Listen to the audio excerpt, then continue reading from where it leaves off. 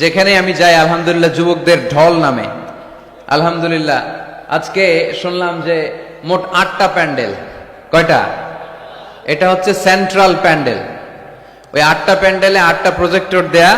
8টা প্যান্ডেলে কি মহিলারা? 6টায় মহিলা আর বাকি 2টায় পুরুষ। আর এটা হচ্ছে সবচেয়ে বড় প্যান্ডেল। আলহামদুলিল্লাহ পড়বেন না? এগুলো হচ্ছে ইসলামের ভিক্টরির সাইন। ভিক্টরি, বিজয়। বিজয় দেয় কে? তো এটা আবার অনেকের চক্ষুশূলের কারণ। ইসলামের পক্ষে এত মানুষের গণজোয়ার অনেকে আবার সহ্য করতে পারে না, সহ্য করতে পারে না, অনেকে মেনে নিতে পারে না। এদের চুলকায়। এদের কি করে? চুলকায়। তোমাদের চুলকাইলে মলম লাগাও, কিন্তু ইসলামের পিছু লাগতে যেও না। আমরা ইসলামের পক্ষে না বিপক্ষে? কোরআনের পক্ষে না বিপক্ষে? ইসলামের বিজয়ের পক্ষে না বিপক্ষে? বাংলার জমিনে ইসলামকে আমরা বিজয়ী শক্তি হিসেবে দেখতে চাই কি চাই না? কারা কারা চাই দুহাত তুলে আল্লাহর দেখার।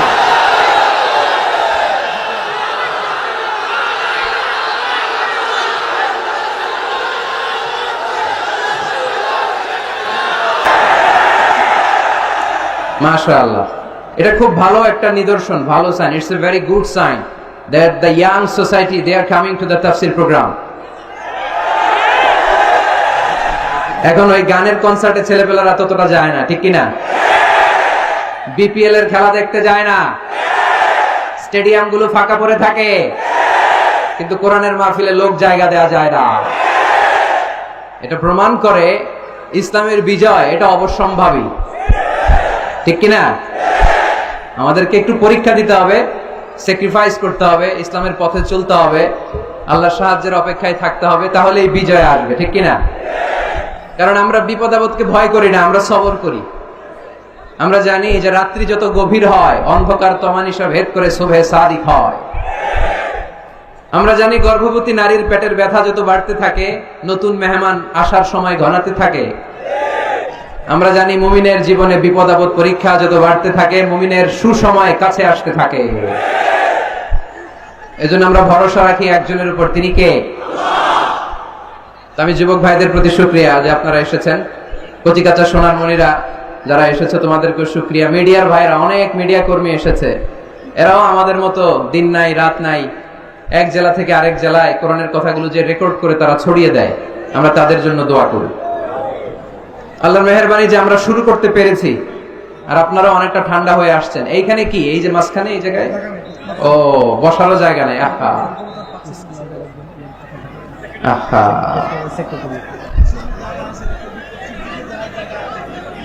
হুজুর বলে দিছে পশ্চিম দিকে গেলে জায়গা আছে, ওদিকে প্রজেক্টর আছে, সব আছে, স্ক্রিন আছে, আশেপাশে মাঠ আছে, ওইখানে প্রজেক্টরে দেখা যাবে। ধাক্কাধাক্কি করা যাবে না, ধাক্কাধাক্কি করা যাবে না। আমি যেই ব্যথা পাইছি বুকে, আমি কথা বলতে কষ্ট হচ্ছে, আমার শ্বাস নিতে কষ্ট হচ্ছে। তো আপনারা যদি এরকম বিশৃঙ্খলা করেন কথা চালিয়ে যাওয়া কষ্ট হবে। একটু নিঝুম নিস্তব্ধ রাত উপহার দিতে হবে আমাকে। জানি কষ্ট হচ্ছে, বেশি কথা বলবো না, অল্প কয়েক মিনিট। খুতাবুকুম তাবিলা ওয়া সালাওয়াতুকুম কাসীরা।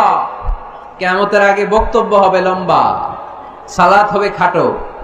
One of the minor sign before the day of judgment, your Islamic lectures will be very longer and your salah will be shorter.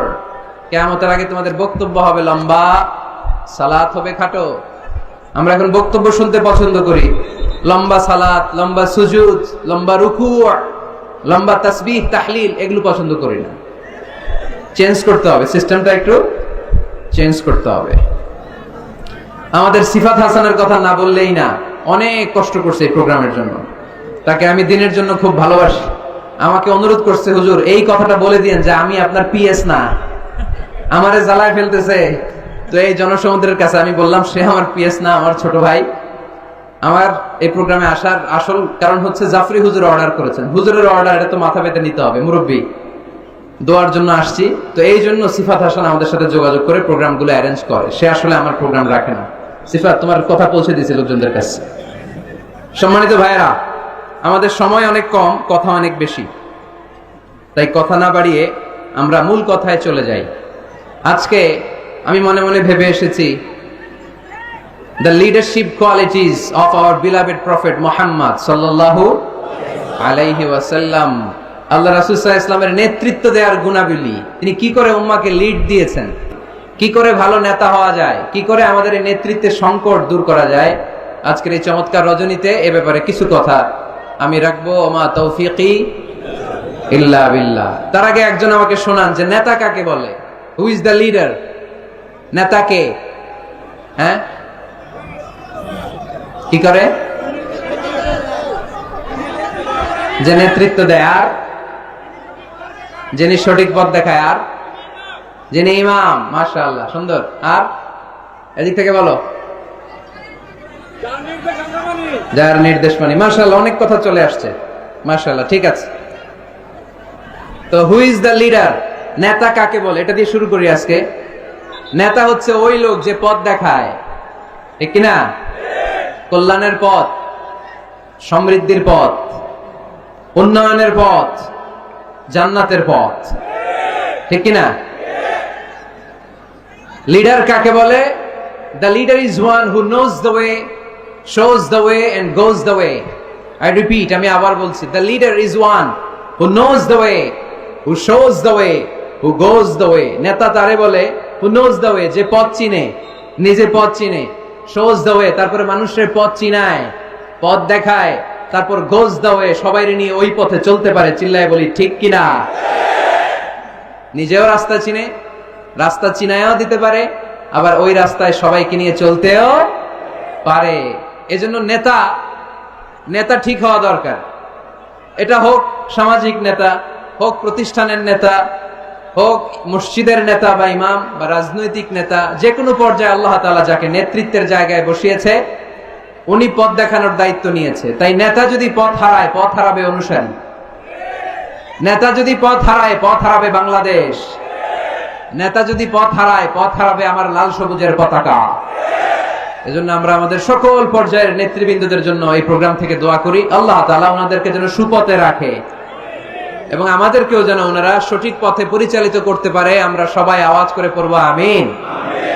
The leadership is the matter of influence, it's not the matter of position. নেতৃত্ব এটা ইনফ্লুয়েন্সের ব্যাপার, এটা পজিশনের ব্যাপার না। যে যত বেশি ইনফ্লুয়েন্সিয়াল, প্রভাব বিস্তারকারী, সে তত বড় নেতা। এটা ঠিক। কেউ যদি পজিশন পায় সেও নেতা, পজিশন পাইলেও নেতা। একটা দায়িত্বে বসে, একটা চেয়ারে বসে দায়িত্ব পালন করতে করতে তার মধ্যে অনেক যোগ্যতা চলে আসে, কিন্তু আসল নেতা তিনি যিনি প্রভাব বিস্তারকারী, ইনফ্লুয়েন্সিয়াল।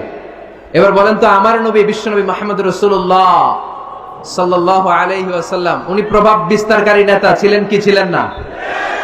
মাইকেল এইচ হার্ট নাম শুনেছেন? একটা বই লিখেছিল, দি 100, a ranking of the most influential personality in the world. পৃথিবীর 100 জন মনীষীর জীবনী লিখে উনি বিখ্যাত হয়েছিলেন। 100 জন বিখ্যাত প্রভাব বিস্তারকারী নেতাদের মধ্য থেকে তিনি সর্বপ্রথম র্যাঙ্কিং এ যার নাম দিয়েছেন তিনি হচ্ছেন মুহাম্মদ সাল্লাল্লাহু আলাইহি ওয়াসাল্লাম। আপনাদের খুশি লাগে না? দ্য 100 বইয়ের নাম, a ranking of the most influential personality in the world. পৃথিবী কাঁপানো 100 জন মনীষীর জীবনী তিনি লিখেছেন। আর 100 জনের মধ্যে নাম্বার 1 কারে দিয়েছেন? আওয়াজ করে বলেন, নাম্বার 1 কে? তিনি প্রভাব বিস্তারকারী নেতা ছিলেন। এজন্য নেতা যদি পথ হারায়, খবর আছে, ঠিক কিনা? আমরা নেতাদের জন্য দোয়া করি ওনারা যেন পথ না হারায়। এই নেতাদের ব্যাপারে একটা আয়াত তেলাওয়াত করে আমি আমার আলোচনা শুরু করেছি, যেখানে আল্লাহ তাআলা বলছেন, ইয়াউমা নাদউ কুল্লা উনাসিম বিইমামিহিম। কিয়ামতের দিনটা হবে এমন দিন যেদিন প্রত্যেক দলকে আমি নেতা সহকারে ডাক দিব। পৃথিবীর প্রতিটি মানুষ নেতাদেরকে নিয়ে দাঁড়াবে। নেতারা যদি গোল্লায় যায়, অনুসারীরাও গোল্লায় যাবে। নেতা যদি জাহান্নামে, অনুসারীও জাহান্নামে। নেতা যদি জান্নাতে যায়, অনুসারীরাও জান্নাতে। চিল্লায় বলেন ঠিক কিনা? এজন্য আল্লাহ বলেন, ইয়াউমা নাদউ কুল্লা উনাসিম বিইমামিহিম ফামান উতিয়া কিতাবাহু বিয়ামিনিহি ফাউলাইকা ইয়াকরাউনা কিতাবাহুম ওয়ালা ইউযলামুনা ফাতিলা। সুবহানাল্লাহ পড়েন। আল্লাহ বললেন, সেদিন দুনিয়ার সব মানুষগুলোকে আমি তাদের নেতা সহকারে ডাকবো, নেতা সহকারে দাঁড় করাবো। সেদিন যাদেরকে ডান হাতে আমলনামা দেয়া হবে তারা তাদের আমলনামা পড়তে থাকবে, আর সেদিনকার বিচারে কারো প্রতি বিন্দু পরিমাণে জুলুম করা হবে না। সুবহানাল্লাহ পড়েন। তাহলে আপনি কি একা একা দাঁড়াবেন? আপনার সাথে কে দাঁড়াবে? আওয়াজ করে আরো জোরে সবাই মিলে বলেন, নেতা। নেতা দাঁড়াবে, কর্মীরা দাঁড়াবে। এজন্য নেতা নির্বাচনের সময় সাবধান। নেতার অনুসরণ করে যদি কেউ জাহান্নামী হয়, কিয়ামতের দিন সবাই নেতাকে দোষারোপ করবে। وقالوا ربنا إنا أطعنا سادتنا وكبراءنا فأضلونا السبيل। সেদিন তারা বলবে, হে আমাদের রব, আমরা আমাদের নেতাদের অনুসরণ করেছিলাম আর নেতারা আমাদেরকে ভুল পথ দেখিয়েছে। আজকে আমাদের আগে নেতাদেরকে আপনি শাস্তি দেন, নেতাদেরকে আগে জাহান্নামে ফেলেন, তারপরে নেতাদের পরে আমরা জাহান্নামে ঢুকবো। এজন্য প্রিয় ভাইরা, নেতা নির্বাচনের সময় সাবধান। যে কোনো নেতা, এটা রাজনৈতিক নেতা হতে হবে নট নেসেসারি, আমাদের সামাজিক কোনো অঙ্গ সংগঠনের নেতা, সামাজিক প্রতিষ্ঠানের নেতা, যে কোনো জায়গায় নেতা বানানোর সময় আমরা সাবধানে থাকবো। এবং নেতা যদি ভুল করে ফেলে, ওনাকে ভদ্রভাবে শুধরে দেয়া, এটাও আমাদের দায়িত্ব। আওয়াজ করে বলতে হবে, ঠিক কিনা? ঠিক। মসজিদের ইমাম সাহেব, উনি মসজিদের নেতা, ঠিক কিনা? আওয়াজ করে বলেন তো, ইমাম মানে কি? আরো জোরে বলেন। ইমাম সাহেব জোহরের সালাতে 2 রাকাতের পরে বসার কথা, ইমাম সাহেব দাঁড়ায় গেছে, কি করবেন? কি করবেন? ইদা নাবা আহাদুকুম শাইউন ফি সালাতিকুম ফালিয়ুসাব্বিহ। পিছন থেকে আমরা সুবহানাল্লাহ পড়বো, ঠিক কিনা? যদি বাংলাদেশে আমরা কি পড়ে ফেলি? আল্লাহু আকবার পড়ে ফেলি, এতে কাজ হয়ে যায়। কাজ হয়ে যায়। ইমাম সাহেব বুঝতে পারে যে সামথিং গানা রং, কোনো কিছু ঝামেলা হচ্ছে, ভুল হয়েছে, উনি শুধরে যায়। কিন্তু আসলে পড়তে হবে সুবহানাল্লাহ, তাসবিহু লিররিজাল ওয়া তাসফিহু লিন-নিসা। ইমাম ভুল করছে, পুরুষরা ধরতে পারলে পড়বে সুবহানাল্লাহ। পিছনের পুরুষ মুক্তাদিরা কেউ ভুল ধরতে পারে নাই, পিছনের মহিলারা ভুল ধরতে পারছে, ওনারাও শুধরে দিতে হবে, ঠিক কিনা? ওনারা কি করবে? এরকম তাসফিহ করবে, শুধরে দিতে হবে, ঠিক কিনা? আচ্ছা, ইমাম সাহেব কেরাতে ভুল করলেন, 1 বার 2 বার 3 বার, ইমাম সাহেব বারবার আটকে যায়, করতে পারে না। তখন আমাদের দায়িত্ব কি? তাফতাহু আলাল ইমাম, ইমামকে ছুটাই দিতে হবে, শুধরে দিতে হবে, ঠিক কিনা? তো মসজিদের ইমাম যদি ভুল করে, মসজিদের নেতা ভুল করলে যদি শুধরে দিতে হয়, সমাজের নেতাও ভুল করলে শুধরে দেওয়ার দরকার আছে না নাই? এটাও শুধরে দিতে হবে নসিহতের মাধ্যমে, সুন্দর পরামর্শের মাধ্যমে। নেতারাও মানুষ, ওনারা ফেরেশতা নন, ওনাদেরও ভুল হয়ে যেতে পারে। নসিহতের মাধ্যমে, সুন্দর পরামর্শের মাধ্যমে নেতাদেরকে শুধরে দিতে হবে, ঠিক কিনা? আমরা আজকে দেখার চেষ্টা করবো একজন নেতা হলে কি করতে হয়, নেতার কি কোয়ালিটি লাগে, এবং আমরা একটু সবাই মিলে ক্রস চেক করব, ডাবল চেক করব যে এই গুণগুলো আমার রাসূলের ছিল কিনা। কেমন ভাবে রাসূল সাল্লাল্লাহু আলাইহি ওয়াসাল্লাম এই গুণগুলোর আলোকে আমাদেরকে নেতৃত্ব দিয়েছেন। আমাদের নেতৃত্ব সংকট দূর করার জন্য এগুলোর ব্যাপারে জানার দরকার আছে না নাই? আছে। নেতৃত্ব দিতে হলে সর্বপ্রথম যে কোয়ালিটিটা লাগে সেটা হচ্ছে কাজ করা লাগে। কাজ। কেউ যদি নেতা হইতে চায় তার কি করা লাগবে? আমি প্রশ্ন করলে আমাকে উত্তর করবেন। নেতা হইতে হইলে আগে কি করতে হয়? কাজ। আগে কাজ, পরে নেতা। যে কাজ করে সে নেতা হয়। শুধু বক্তব্য দিলে নেতা হওয়া যায় না, ঠিক কিনা? বক্তব্য সর্বস্ব নেতা কি আমরা চাই? আমরা এমন নেতা চাই যারা কাজ করবে আমাদের জন্য 24 ঘন্টা, যারা আমাদের জন্য মাঠে ময়দানে চলে আসবে, দিন রাত কাজ করে বাংলাদেশকে সোনার বাংলা হিসেবে তারা গড়ে তুলবে। আওয়াজ করে বলেন ঠিক কিনা? তাহলে নেতা হওয়ার জন্য প্রথম যে কোয়ালিটি, বৈশিষ্ট্যের দরকার সেটা হচ্ছে আগে কাজ, পরে নেতা। আমি প্রশ্ন করব, আপনারা আওয়াজ করে উত্তর দিন। আগে কি? সবাই উত্তর দিতে পারেন নাই, আওয়াজ করে বলেন আগে কি? পরে কি? আগে পরে মনে থাকবে? তাহলে নেতৃত্ব দিতে হলে প্রথমে কাজ করতে হয়। প্রথমে যে কোনো কাজ করো না ভাই, যে কোনো কাজ করো, তা যেন হয় সবার চেয়ে সবচেয়ে সুন্দর। ঠিক না? যে কোনো কাজ করো না ভাই, যে কোনো কাজ করো, তা যেন হয় সবার চেয়ে সবচেয়ে সুন্দর। হোক না সেটা পড়া লেখা, রঙের ভাষায় ছবি আঁকা, হোক না সেটা সামান্য কাজ কিংবা মহত্তর, তা যেন হয় সবার চেয়ে সবচেয়ে সুন্দর। যে কোনো কাজ করো না ভাই, যে কোনো কাজ করো, তা যেন হয় সবার চেয়ে সবচেয়ে সুন্দর। ঠিক কিনা? যেটাই করি আমরা ওটা যেন উইথ প্রফেশনালিজম, সর্বোচ্চ ইফোর্ট দিয়ে যেন আমরা করি। যে করতে পারবে সেই নেতা হবে, সেই নেতা। তাহলে আমরা বুঝলাম আগে কাজ, পরে to serve before to lead. I repeat, আমি আবারও বলছি, to serve before to lead. নেতৃত্ব দেওয়ার আগে আগে কাজ করতে হবে। আরবিতে বলে সাইয়্যিদুল কওমি খাদিমুহুম। জাতির নেতা তো সে হয় যে জাতির খেদমত করে। খেদমত না করে নেতা হওয়া যায়? কাজ না করে নেতা হওয়া যায়? যায় না। এজন্য আগে কাজ। বক্তব্য দিলে চলবে না, ওই নেতা আমরা মানি না। কাজ করে দেখেন আপনি আমাদেরকে। জনগণের জন্য কাজ করেন, দেশের জন্য কাজ করেন, মাটি ও মানুষের জন্য কাজ করেন, then you are our leader. তখন আপনি আমাদের নেতা, আপনার স্থান আমাদের হৃদয়ে। ঠিক কিনা? এবার আসলে আমরা দেখি যে আল্লাহ রাসূল সাল্লাল্লাহু আলাইহি সাল্লাম উনি কাজ করতেন কিনা, উনি কাজ করতেন কিনা, নাকি উনি বসে থাকতেন আর বক্তব্য দিতেন? দেখার দরকার আছে না নাই? শুরুতেই আমরা বলেছি আমরা দেখব লিডারশিপের যে কোয়ালিটি গুলো, এগুলো আল্লাহর হাবিবের জীবনে পাওয়া যায় কিনা কোরআন সুন্নাহর আলোকে আমরা ক্রস চেক করব ইনশাআল্লাহ। পড়েন। আল্লাহর হাবিবের কাছে কোরআনের প্রথম 5 আয়াত নাজিল হলো। আল্লাহর হাবিবের বয়স তখন 40 বছর। ইকরা বিসমি রাব্বিকাল্লাযী খালাক, খালাকাল ইনসানা মিন আলাক, ইকরা ওয়া রাব্বুকাল আকরাম আল্লাযী আল্লামা বিল কলম, আল্লামাল ইনসানা মা লাম ইয়ালাম। এই 5টা আয়াত নাজিল হওয়ার পরে বিশ্বনবী ভয় পেয়ে গেলেন। বিশ্বনবীর গায়ে জ্বর চলে আসলো, অন্তর কাঁপতে লাগলো। ভয় পেয়ে বিশ্বনবী আম্মা জান খাদিজাতুল কুবরা তাহেরা রাদিয়াল্লাহু তাআলা আনহার কাছে আসলেন। এসে বললেন, খাদিজা জাম্মিলুনি জাম্মিলুনি, ও খাদিজা, এমন এমন ঘটনা 5টি আয়াত কোরআনের এইমাত্র আমার কাছে হেরা পর্বতে নাজিল হয়েছে।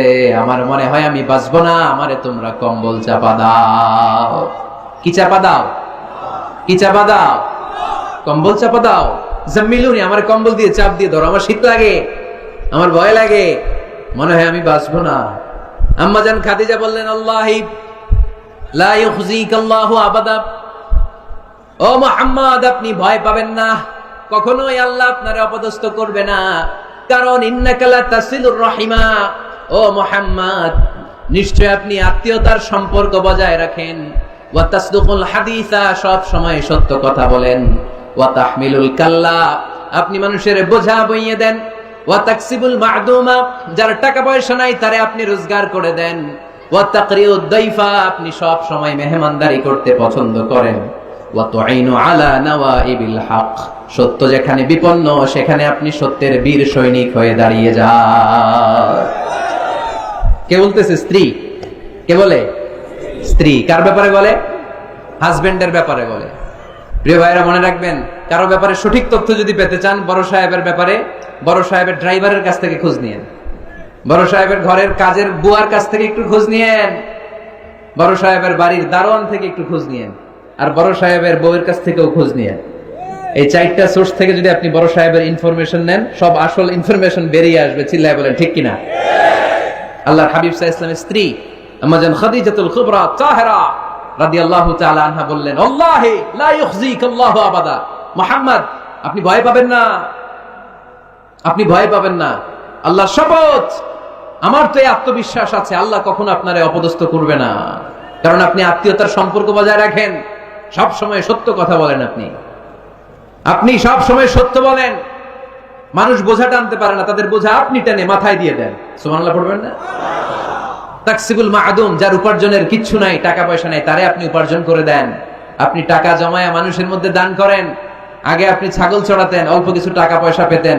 এরপরে আমার ব্যবসায় স্টাফ হিসেবে আসলেন, আরো কিছু টাকা পয়সা পেলেন। এগুলো আমি দেখেছি আপনি দেদারস মানুষের জন্য খরচ করে ফেলেন। যা টাকা পয়সা আছে এগুলো আপনি মেহমানদারিতে খরচ করেন।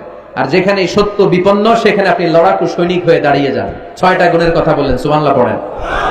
প্রিয় ভাইরা একটু চিন্তা করেন, তখন উনি নবী হয় নাই, নবী যে হবেন এটা জানতেনই না। আল্লাহর ইলমে তিনি নবী, কিন্তু অফিশিয়ালি নবী হয়েছেন তিনি পৃথিবীতে 40 বছর বয়সে। ঠিক কিনা?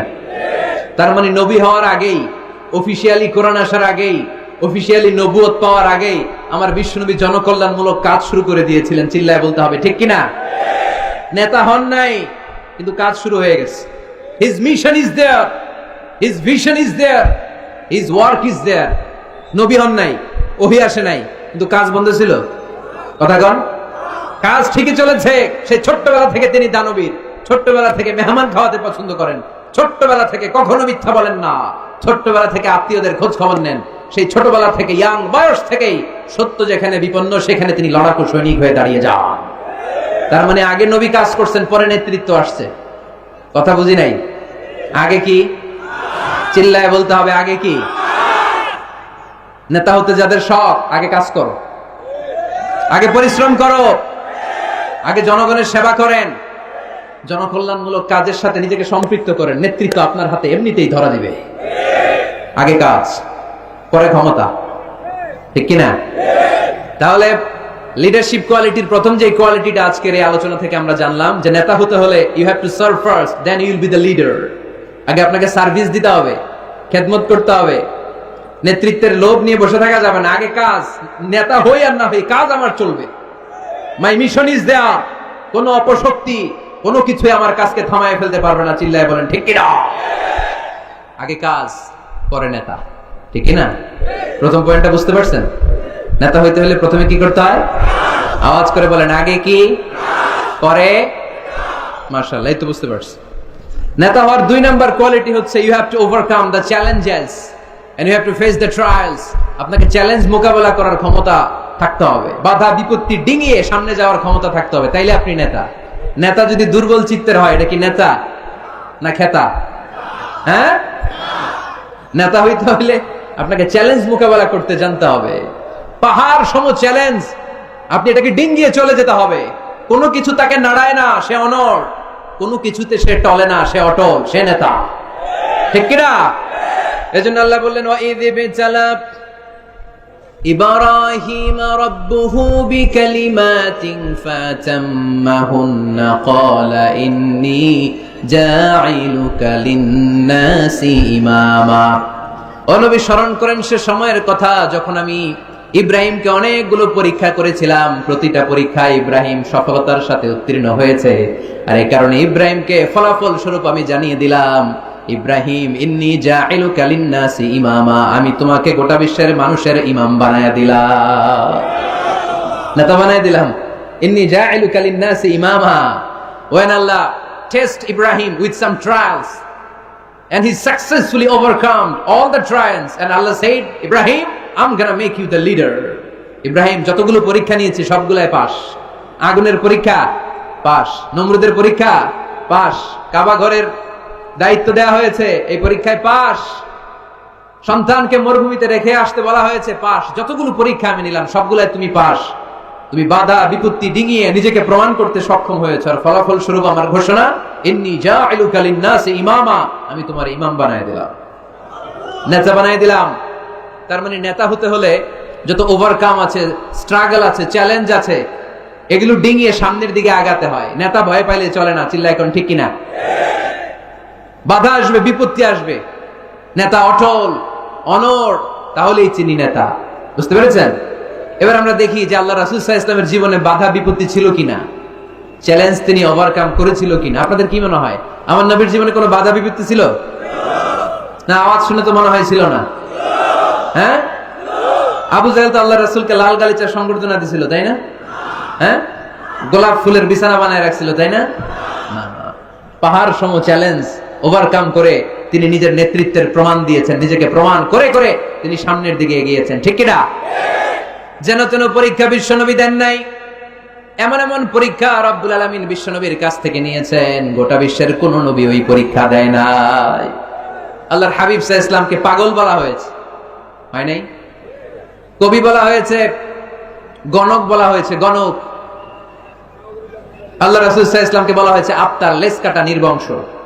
আল্লাহর হাবিব সাল্লাল্লাহু আলাইহি ওয়াসাল্লাম যখন মক্কায় সালাত পড়তেন, ওটের পচা নারী বুড়ি পিঠে চাপিয়ে দেয়া হতো। 3 বছর সে আবি তালেবের জেলখানায় বন্দী ছিলেন। আপনি বন্দী ছিলেন কয় বছর? আমি ছিলাম কয় বছর? আল্লাহর হাবিব সাল্লাল্লাহু আলাইহি ওয়াসাল্লাম কয় বছর বন্দী? এটা অর্থনৈতিক আগ্রাসন। সামাজিক বয়কট, এদের সাথে কারো বিয়ে হবে না, এদের কাছে কোনো পণ্য বিক্রি করবে না, এদের থেকে কিছু কিনবে না। প্রথম বছর যেহেতু ওনারা ছাগল চড়াতেন, ছাগলের গোশত খেলেন। দ্বিতীয় বছর সাহাবারা ছাগলের চামড়া খেলেন। তৃতীয় বছর গাছের পাতা, লতা পাতা, শিকড় আর ছাল খেয়ে বেঁচেছিলেন। The life is not a bed of roses. এই পৃথিবীটা কুসুমাস্তীর্ণ নয়, এটা কণ্ঠকাকীর্ণ। এই পৃথিবীতে কেউ কাউরের জন্য জায়গা ছেড়ে দেয় না, এখানে জায়গা করে নিতে হয়। পৃথিবীতে তোমাকে জানান দিতে হবে যে তুমি পৃথিবীতে এসেছো। কঠিন বিপত্তিকে, পরীক্ষাকে তুমি জানাও যে তুমিও কম শক্ত না, ঠিক কিনা? একজন পুরুষের এক ফোঁটা বীর্যে 20 কোটি শুক্রাণু না থাকলে চিকিৎসা বিজ্ঞান বলে ওই বীর্য থেকে কোনো সন্তান জন্ম নেয় না। এক ফোঁটা বীর্যে কয় কোটি শুক্রাণু? 20 কোটি শুক্রাণু। ওই 20 কোটি শুক্রাণুর মধ্যে আমি একটা, ঠিক কিনা? আপনি একটা, আমরা সবাই এক একটা। এই প্রতিটা শুক্রাণু চেয়েছিল ডিম্বাণুর গায়ে আঘাত করে সফল হতে, কেউ হইতে পারে না। 19,99,99,999টা ফেল। পাশ করছিলাম সেদিন আমি, পাশ করেছিলেন, চ্যাম্পিয়ন হয়েছিলেন সেদিন আপনি। সেদিন আপনার হাত ছিল, পা ছিল, মামা খালু ছিল, ফোন কল ছিল, এত কিছু না থাকতো সেদিন আপনি চ্যাম্পিয়ন হয়েছেন। কেউ আপনারা থামায় রাখতে পারে নাই।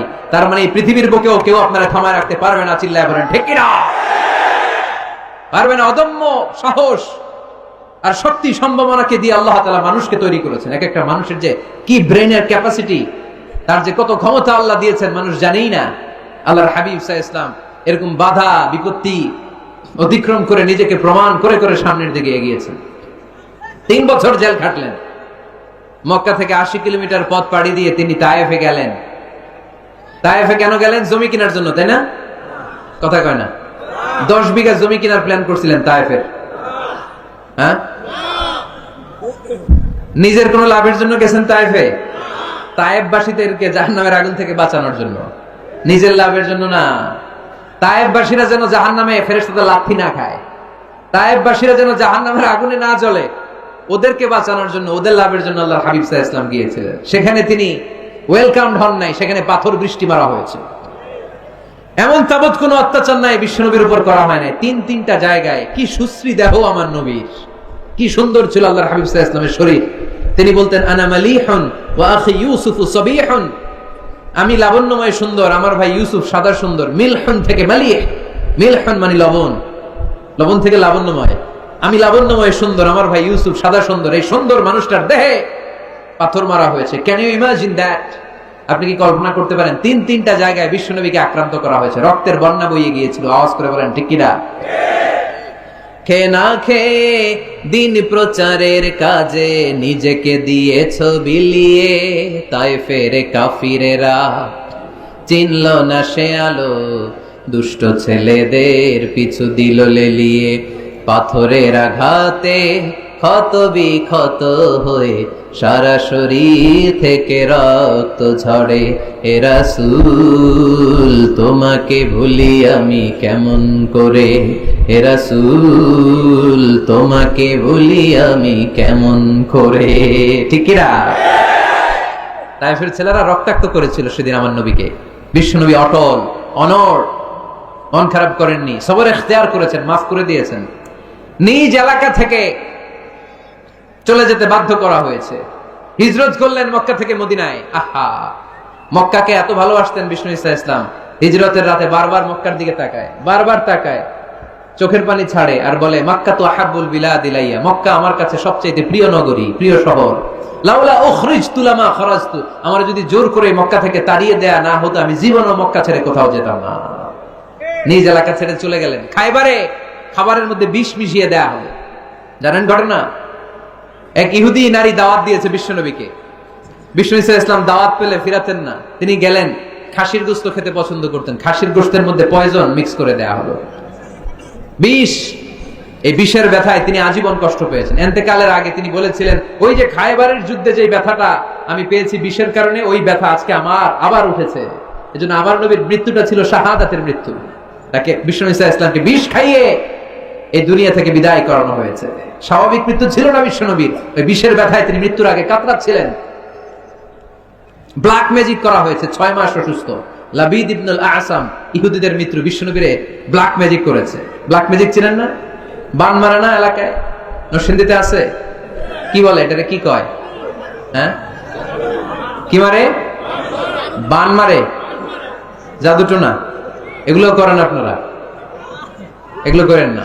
আল্লাহর হাবিব সাল্লাল্লাহু আলাইহি ওয়াসাল্লামকে 6 মাস ব্ল্যাক ম্যাজিক করে রাখা হলো। তার মানে অত্যাচার, অনাচার, পরীক্ষার, বাধা বিপত্তির এমন কোনোটা নাই যেটা বিশ্বনবী অতিক্রম করে নাই, ঠিক কিনা? তার মানে যিনি নেতা হবেন তাকে পরীক্ষা দিয়ে নেতা হতে হবে, বাধা বিপত্তি এগিয়ে সামনে যেতে হবে, তা না হলে তিনি নেতা হতে পারবে।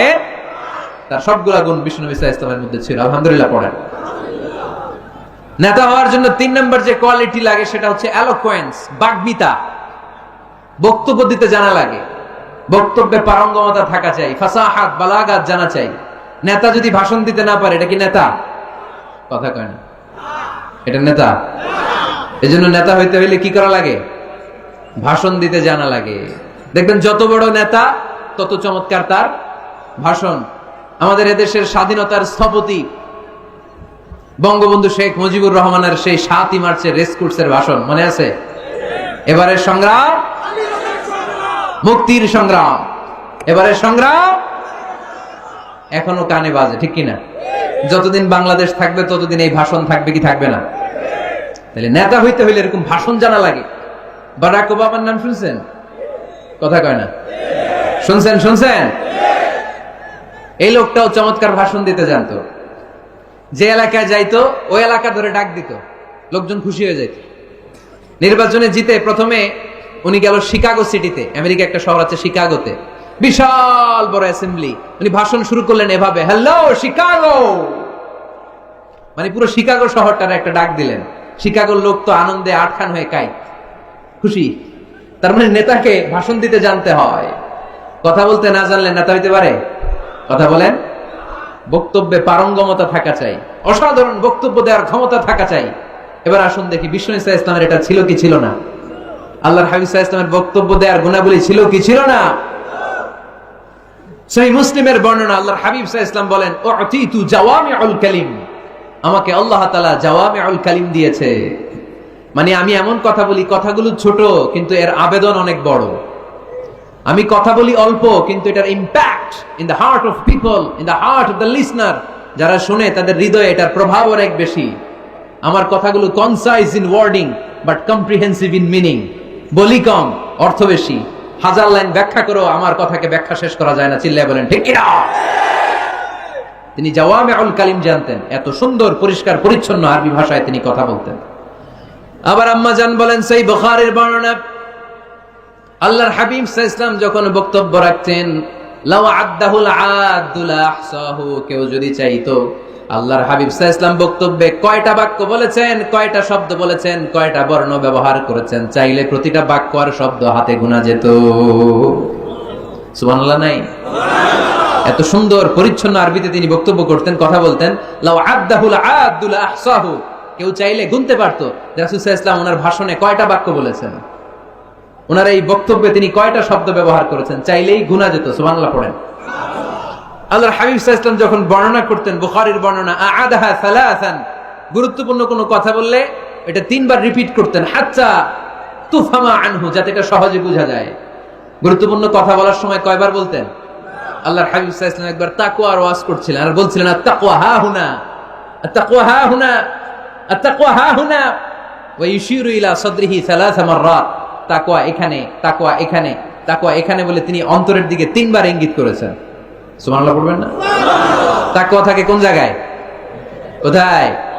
নাকি আল্লাহর হাবিব বলছেন আত-তাকওয়া হা হুনা, আত-তাকওয়া হা হুনা, আত-তাকওয়া হা হুনা? কি বলছেন? আত-তাকওয়া হা হুনা। তাকওয়া থাকে হৃদয়ে। তার মানে গুরুত্বপূর্ণ কথা বলার সময় আল্লাহর হাবিব সাল্লাল্লাহু আলাইহি ওয়াসাল্লাম 3 বার রিপিট করতেন। সুবহানাল্লাহ পড়েন। এরপর আম্মা জান আয়েশা রাদিয়াল্লাহু তাআলা আনহা বর্ণনা করেন, বুখারীর বর্ণনা, ইয়াতাকাল্লামু বিকালামিন বাইয়িন ফাসলিন, আল্লাহর হাবিব যখন কথা বলতেন, ইয়াতাকাল্লামু বিকালামিন বাইয়িন, সুস্পষ্ট ভাবে কথা বলতেন, ফাসলিন, থেমে থেমে কথা বলতেন, ইয়াতাহাফফাযুহু মান জালাসা ইলাই, তার আশেপাশে যারা বসে থাকতো চাইলে সবগুলো কথা সহজেই মুখস্থ করে ফেলতে পারতো। ইয়াতাকাল্লামু বিকালামিন বাইয়িন, সুস্পষ্ট কথা বলতেন, অস্পষ্ট কোনো কথা আল্লাহর হাবিব সাল্লাল্লাহু আলাইহি ওয়াসাল্লাম কখনো বলেন নাই। ফাসলিন, থেমে থেমে, এক বাক্য শেষ আরেক বাক্য, এক কথা শেষ আরেক কথা। ইয়াতাহাফফাযুহু মান জালাসা ইলাইহি, এত সুন্দর করে বলতেন তার আশেপাশে যারা বসা চাইলে এগুলো মুখস্থ রাখতে পারতো। আওয়াজ করে পড়তে হবে আল্লাহু আকবার। আবার আল্লাহর নবী মাঝে মাঝে আবেগঘন বক্তব্য দিতেন। সাহাবারা বলেন বিশ্বনবী মাঝে মাঝে এমন বক্তব্য রাখতেন, ওয়াজিলাত মিনহাল কুলুব যারাফাত মিনহাল আয়ুন, বিশ্বনবীর বক্তব্য শুনে আমাদের হৃদয় বিগলিত হয়ে যেত, বিশ্বনবীর আলোচনা শুনে, নসিহত শুনে আমাদের চোখ দিয়ে দাঁড় দাঁড় করে পানি ঝরতো, দাঁড় দাঁড় করে চোখ দিয়ে পানি ঝরতো, হৃদয় বিগলিত হয়ে যেত। তার মানে আবেগঘন বক্তব্য দিতে জানতেন। আবার পাশাপাশি বিশ্বনবী মাঝে মাঝে জেহাদি বক্তব্য দিতেন, তেজস্বী বক্তব্য দিতেন। হাত্তা ইহতামাররাত আইনা ওয়া আলা সাউতু ওয়াশতাদ্দা গাদাবু, মাঝে মাঝে যখন জ্বালাময়ী তেজস্বী ভাষণ দিতেন চেহারাটা লাল হয়ে যেত, চোখগুলো লাল হয়ে যেত, বিশ্বনবীর কণ্ঠ উঁচু হয়ে যেত, রাগে তিনি গড়গড় করতে থাকতেন, মনে হচ্ছে তিনি সেনাবাহিনীর কমান্ডার। সুবহানাল্লাহ পড়েন। এই বর্ণনাগুলো থেকে বোঝা যায় একজন বক্তার বক্তব্য দেওয়ার যত কোয়ালিটি থাকতে পারে, যত চমৎকার বক্তব্যের পারঙ্গমতা থাকতে পারে, তার সবগুলো আমার নবীর মধ্যে ছিল কি ছিল না? আওয়াজ করে বলেন ছিল কি ছিল না? তার মানে নেতৃত্বের যে গুণাবলী, তার 3 নাম্বার গুণাবলী হচ্ছে বাগ্মিতা, এলোকুয়েন্স। নেতার কথা বলতে জানতে হবে, আর তার সবগুলো গুণ আমার বিশ্বনবীর জীবনের মধ্যে পাওয়া যায়, ঠিক কিনা? আপনাদের কি কষ্ট হচ্ছে? গরম লাগতেছে না? আমার তো লাগতেছে অনেক। শেষ করে দেই তাহলে, না? হ্যাঁ, কষ্ট হচ্ছে না? তাকবীর দেয়া যাবে? জোরে না আস্তে? কত জোরে? অনেক জোরে।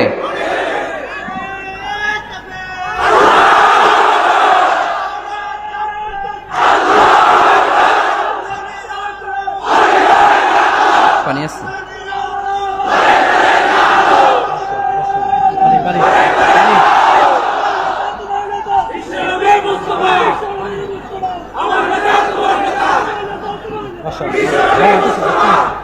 মাশাআল্লাহ মাশাআল্লাহ, ঠিক আছে। তাহলে আরো কয়েক মিনিট বলা যায় না? আচ্ছা, নেতৃত্ব দেওয়ার 4 নম্বর গুণাবলী হচ্ছে the leader should be broad minded, he shouldn't be the narrow minded। নেতা হইতে হইলে বড় মনের হইতে হবে, কলিজাটা হইতে হবে এত বড়, পুরো দেহটাই হইতে হবে কলিজা। কথা কয় না? পুরো দেহটাই কলিজা, ঠিক কি না? নেতা যদি ন্যারো মাইন্ডেড হয়, এটা কি নেতা? নেতা হতে হবে broad minded. The leader should be accommodative mentalities, নেতার অ্যাকোমোডেট করার মেন্টালিটি হতে হবে। উনি সবার, যেমন আমাদের বাংলাদেশের গণপ্রজাতন্ত্রী বাংলাদেশের প্রধানমন্ত্রী, মাননীয় প্রধানমন্ত্রী শেখ হাসিনা, উনি কি শুধু আওয়ামী লীগের নেতা? কথা কয় না। শুধু বিএনপির নেতা? শুধু জামাত ইসলামের নেতা? জাতীয় পার্টির নেতা? শুধু জাসদের নেতা? উনি কার নেতা? উনি এই বাংলাদেশের 17 কোটি মানুষের নেতা, ঠিক কিনা? আপনি নেতা হইলে আপনি সবার হবেন। আপনি এমপি, আপনার নির্বাচনী এলাকায় যারা আছে আপনি সবার এমপি। আপনি এলাকার পুরুষদের এমপি, এলাকার নারীদের এমপি, এলাকার হিজড়াগুলারও এমপি আপনি। চিল্লা এখন, ঠিক কিনা? আপনি সবার। আপনার হৃদয়টা হইতে হবে এরকম আকাশের মতো বিশাল, সাগরের মতো উদার। নেতা হইতে হইলে ব্রড মাইন্ডেড হইতে হয়, অ্যাকোমোডেটিভ হইতে হয়, তাই না? এবার আসেন দেখি, আমার বিষ্ণু ইসলাম যে নেতা ছিলেন, উনি কি ন্যারো মাইন্ডেড ছিলেন না ব্রড মাইন্ডেড? কথা বোঝে নাই বোধহয়। ব্রড মাইন্ডেড ছিলেন। কত ব্রড মাইন্ডেড? আল্লাহ রাসূল সাল্লাল্লাহু আলাইহি ওয়াসাল্লামের ব্যাপারে আল্লাহ পাক বললেন, ওমা আরসালনাকা ইল্লা রাহমাতাল লিল আলামিন, I have sent you as a mercy for the entire universe। নবী হে, আমি আপনাকে গোটা বিশ্বের সবার জন্য রহমত করে, বিশ্ববাসীর জন্য রহমত করে প্রেরণ করেছি। বুঝে শুনে উত্তর দিয়েন তো, আল্লাহ কি এখানে বলছেন ওমা আরসালনাকা ইল্লা রাহমাতাল লিল মুসলিমিন? বলছে রাহমাতাল লিল মুত্তাকিন, রাহমাতাল লিল মুসাল্লিন? কি বলছে? আল্লাহ বলেছেন ওমা আরসালনাকা ইল্লা রাহমাতাল লিল আলামিন। নবী হে, আমি আপনাকে গোটা বিশ্বের সবার জন্য রহমত করে দুনিয়ায় প্রেরণ করেছি। তিনি সবার জন্য রহমত, সবার জন্য। আল্লাহ রাসূল সাল্লাল্লাহু আলাইহি ওয়াসাল্লাম ছিলেন ব্রড মাইন্ডেড, সবার জন্য তিনি রহমত। মানুষের জন্য রহমত, জিন জাতির জন্য রহমত, ফেরেশতাদের জন্য রহমত, মৎস্যকুলের জন্য রহমত, পক্ষীকুলের জন্য রহমত, গোটা বিশ্বের সবার জন্য। আস্তিকদের জন্য যেমনি রহমত, নাস্তিকদের জন্য রহমত, ঠিক কিনা? আল্লাহর হাবিব সাল্লাল্লাহু আলাইহি ওয়াসাল্লাম একবার একটা লাশ দেখে দাঁড়িয়ে গেলেন। কি দেখে? লাশ দেখে দাঁড়ালেন। সাহাবারা বললেন, ইন্নাহু ইয়াহুদি। নবী, ইন্নাহু ইয়াহুদি, এটা ইহুদির লাশ, আপনি দাঁড়ালেন যে? আল্লাহর হাবিব সাল্লাল্লাহু আলাইহি ওয়াসাল্লাম বললেন, আওয়ালাইসাত নাফসান, এটা কি মানুষ না? হোক না ইহুদি, হোক না খ্রিস্টান, হোক না আস্তিক আর নাস্তিক, আমি তো মানুষ দেখে দাঁড়াইছি। সুবহানাল্লাহ কইবেন না? এজন্য সবাইরে আগে মানুষ মনে করবেন। আগে কি মনে করবেন? পরে দলাদলি কইরেন। আমরা দেখা মাত্র বলি কোন পীরের মুরিদ? দেখা মাত্র প্রথম প্রশ্ন কি? হ্যাঁ, কোন পীরের মুরিদ? কোন দল করেন? হ্যাঁ, ভারতপন্থী না পাকিস্তানপন্থী? আছে না নাই? এই যে দলাদলি, খালি পিস পিস করি, খালি ভাগাভাগি। যারা পিস পিস করে আল্লাহ এদেরকে পিস পিস করে ফেলবে, ঠিক কিনা? বিষ্ণুনবী এসেছেন মিলানোর জন্য, মিলিয়ে দেওয়ার জন্য বিষ্ণু ঈসা ইসলামের আগমন ঘটেছে, আর আমরা খালি পিস পিস। আমরা আহলে হাদিস মসজিদ বানাই এক জায়গায়, এক এলাকায় আহলে হাদিস মসজিদ, আরেক এলাকায় হারাও বানাইছে হানাফি মসজিদ। আছে না নাই? আহলে হাদিস মসজিদে হানাফি মুসল্লি ঢুকতে পারবে না, হানাফি মসজিদে আবার আহলে হাদিসরা ঢুকতে পারবে না। কোথায় চলে গেলাম আমরা? আমরা মানুষকে মানুষ হিসেবে কনসিডার করি না। সে মুসলমান, এটা তার বড় পরিচয়, এটা আমরা সামনে আনতে চাই না। আগে নিয়ে আসি হানাফি না আহলে হাদিস, আগে নিয়ে আসি বিএনপি না আওয়ামী লীগ। সে যে মানুষ, তার বড় পরিচয়। তারপর সে মুসলিম, সে আমার ভাই, এটা আমরা ভুলে গিয়েছি। আওয়াজ করে বলেন ঠিক কিনা? ভুলে গেছি। আমাদের প্রভু এক, এক নবীর উম্মত, জীবন বিধান এক, ওই শিবানী কোরআন। আমাদের প্রভু এক, এক নবীর উম্মত, জীবন বিধান এক, ওই শিবানী কোরআন। তবে কেন এক হে মুসলমান, একে হও করিয়া হবান। বাইতুল্লাহ এক, মদিনা শরীফ এক, উহুদ পাহাড় এক, বদরের মাঠ এক, ঠিক না? বাইতুল্লাহ এক, মদিনা শরীফ এক, উহুদ পাহাড় এক, বদরের মাঠে। একটা তো জীবন আর মরণ তো একটাই, একসাথে মিলে মিশে একটাই প্রাণ।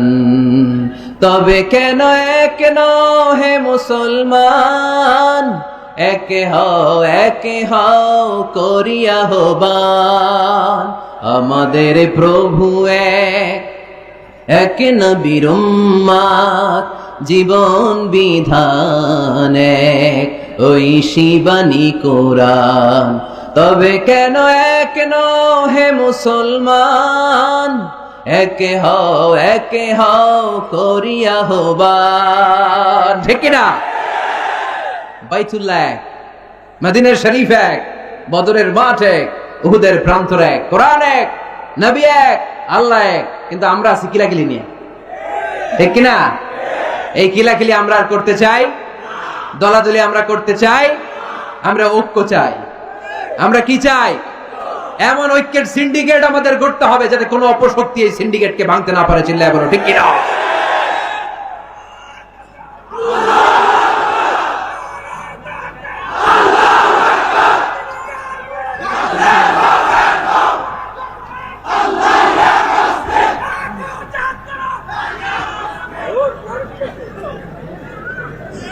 আমরা সবাই এক।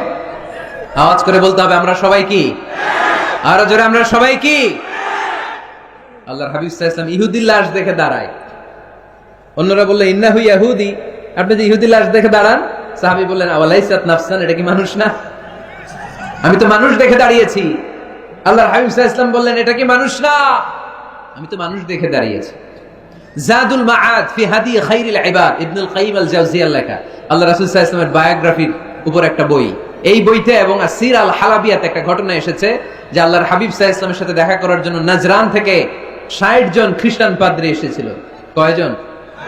আওয়াজ করে বলেন। খ্রিস্টান পাদ্রী। এখন আসার পরে রাসূল সাল্লাল্লাহু আলাইহি ওয়াসাল্লাম ওনাদেরকে নিয়ে কই বসবেন, জায়গা নাই।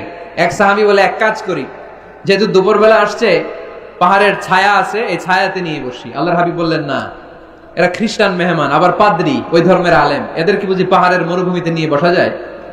আরেক সাহাবী বলেন, ইয়া রাসূলুল্লাহ, আমার খেজুর বাগানের সব খেজুর পেড়েছি, এবার খেজুরের পাতাগুলো কাটলে সমস্যা নাই, সব খেজুরের পাতা কেটে বাগান থেকে এনে আমি খেজুর পাতার একটা বিছানা বানায় দেই বড় করে, এটাতে নিয়ে বসে। আল্লাহর হাবিব সাল্লাল্লাহু আলাইহি ওয়াসাল্লাম বলেন, এটা কথা বললা? এরা খ্রিস্টান পাদ্রী, এদেরকে খেজুর পাতার বিছানায় বসানো যায়? কই বসাবো? বলতে বলতে 60 জন খ্রিস্টান পাদ্রী চলে আসছে। আল্লাহর হাবিব সাল্লাল্লাহু আলাইহি ওয়াসাল্লাম উপায়ন্তর না দেখে 60 জন খ্রিস্টান পাদ্রীর জন্য মসজিদে নববীর দরজা খুলে দিয়েছেন। আল্লাহর নবীর মসজিদে খ্রিস্টানরা ঢুকতে পারে। আল্লাহর নবী ইহুদিকে দেখে সম্মানার্থে দাঁড়িয়ে যায়, আর আমাদের হানাফি ভাইরা আহলে হাদিস মসজিদে ঢুকতে পারে না। আমাদের আহলে হাদিস ভাইরা হানাফি মসজিদে ঢুকতে পারে না। এটার নাম ইসলাম নয়, এটার নামই বাড়াবাড়ি। এটাই বাড়াবাড়ি, এটাই বাড়াবাড়ি। এটার নাম ইসলাম না হয়। ইসলাম হচ্ছে ঐক্যের নাম, ইসলাম হচ্ছে ভালোবাসার নাম, ইসলাম হচ্ছে ভ্রাতৃত্বের নাম। এজন্য নেতা হইতে হইলে কলিজা হইতে হবে কত বড়? কত বড়? হাত দিয়ে দেখাও মুসলমান কত বড়? এত বড় কলিজা লাগবে, ব্রড মাইন্ডেড হওয়া লাগবে নেতা, অ্যাকোমোডেটিভ মেন্টালিটির হতে হবে। আল্লাহর হাবিব সাল্লাল্লাহু আলাইহি ওয়াসাল্লাম সব সময় অ্যাকোমোডেটিভ মেন্টালিটির ছিলেন, সবাইকে অ্যাকোমোডেট করতেন। দলাদলি নাই। আজকের এই মাহফিলে আওয়ামী লীগের নেতারা আছে না নাই? বিএনপির ভাইয়েরা আছে না নাই? জামাত ইসলাম আছে না নাই? জাতীয় পার্টি আছে না নাই? পীরের মুরিদ আছে না নাই? তাবলীগের ভাইয়েরা আছে না নাই? হানাফি আছে, আহলে হাদিস আছে, সবাই আছে, কোনো দলাদলি নাই। All are welcome in our tafsir program. You all are welcome in our Islam. এজন্য অনেক হিন্দু ভাইরাও আমাদের তাফসির প্রোগ্রামে আসে, ঠিক কিনা? হিন্দু ভাইরা আসে, সবার জন্য আমাদের দিল দড়িয়া, আমাদের হৃদয় ওপেন, কারণ আমরা রাহমাতাল লিল আলামিনের অনুসারী। আমাদের সেলিব্রিটি হচ্ছে রাহমাতাল লিল আলামিন। আমরা যাকে অনুসরণ করি তিনি রাহমাতাল লিল আলামিন। তিনি আলাদা কোনো বর্ণের নবী নন, জাতিগোষ্ঠীর নবী নন, কোনো আলাদা সম্প্রদায়ের নবী নন। তিনি রাহমাতাল লিল আলামিন, গোটা বিশ্বের জন্য তিনি রহমত। চিল্লায় বলো ঠিক কিনা? তিনি সবার নবী। যেখানেই মানবতা বিপন্ন সেখানেই তিনি ছুটে যেতেন, যেখানেই মানুষ অত্যাচারিত সেখানেই তিনি দাঁড়াতেন। তিনি ছিলেন মেহনতি মানুষের বন্ধু। বয়স আল্লাহর হাবিব সাল্লাল্লাহু আলাইহি ওয়াসাল্লামের 20 বছর। কয় বছর? সবাই বলেন না, কয় বছর? 20 বছর। ইয়ামানের এক লোক ব্যবসায়িক পণ্য এনে মদিনায় মক্কায় বিক্রি করলো। মক্কার এক ব্যবসায়ী তার কাছ থেকে পণ্য কিনে টাকা দিতে চায় না। সে টাকা চাইলে সে বলে, আমি মক্কার লোক, এটা আমার এলাকা, আমার দাপট, টাকা দিব না, কি করবি? ইয়ামানের লোকটা কান্না জোড়ে দিল, কে আছে আমারে সাহায্য করার? আল্লাহর হাবিব সাল্লাল্লাহু আলাইহি ওয়াসাল্লাম এই দৃশ্য দেখে মাজলুমদের পক্ষ নেয়ার জন্য একটা শপথ করলেন। এই শপথটার নাম হচ্ছে হালাফুল ফুদুল। শপথটার নাম কি? হালাফুল ফুদুল, যেটা আমরা বাংলাদেশে বলি, কি বলি? হিলফুল ফুজুল।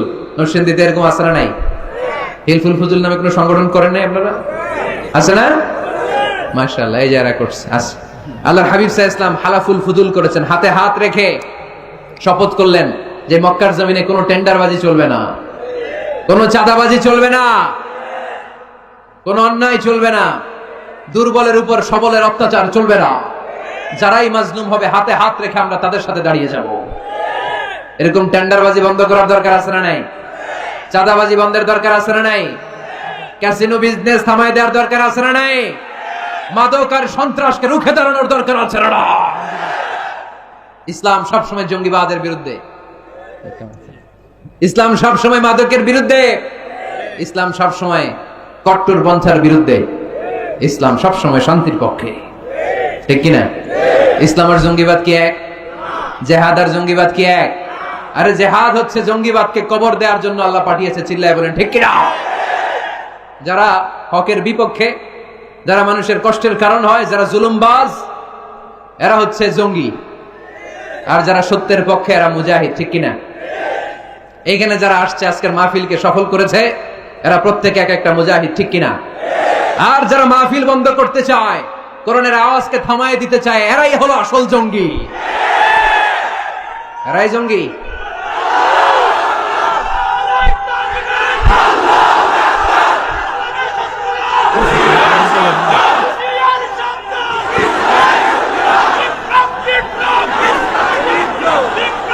আল্লাহর হাবিব সাল্লাল্লাহু আলাইহি ওয়াসাল্লাম তিনি সব সময় সত্যের পক্ষে ছিলেন।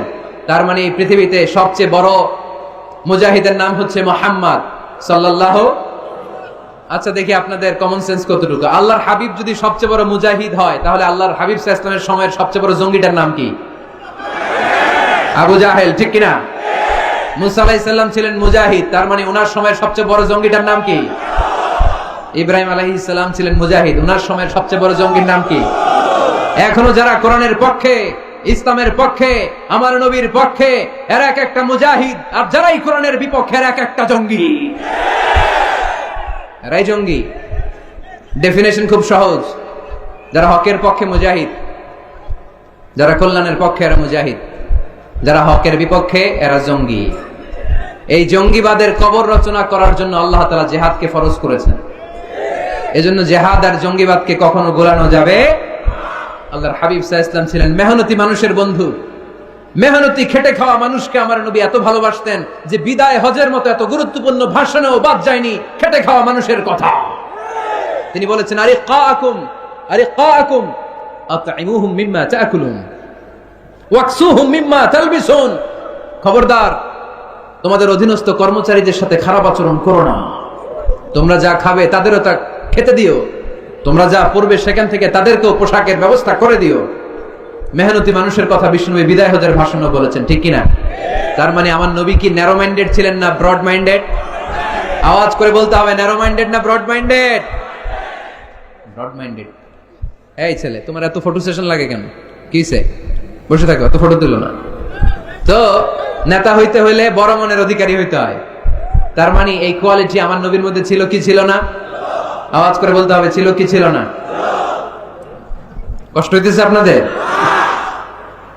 নেতা হওয়ার জন্য 5 নম্বরে যে গুণটা লাগে সেটা হচ্ছে ট্রুথফুলনেস এন্ড দ্য ট্রাস্টওয়ার্দিনেস। নেতার সত্য কথা বলা লাগবে আর আমানতদার হওয়া লাগবে, ঠিক কি না? মিথ্যা কথা বললে এটা কি নেতা? এটা কি?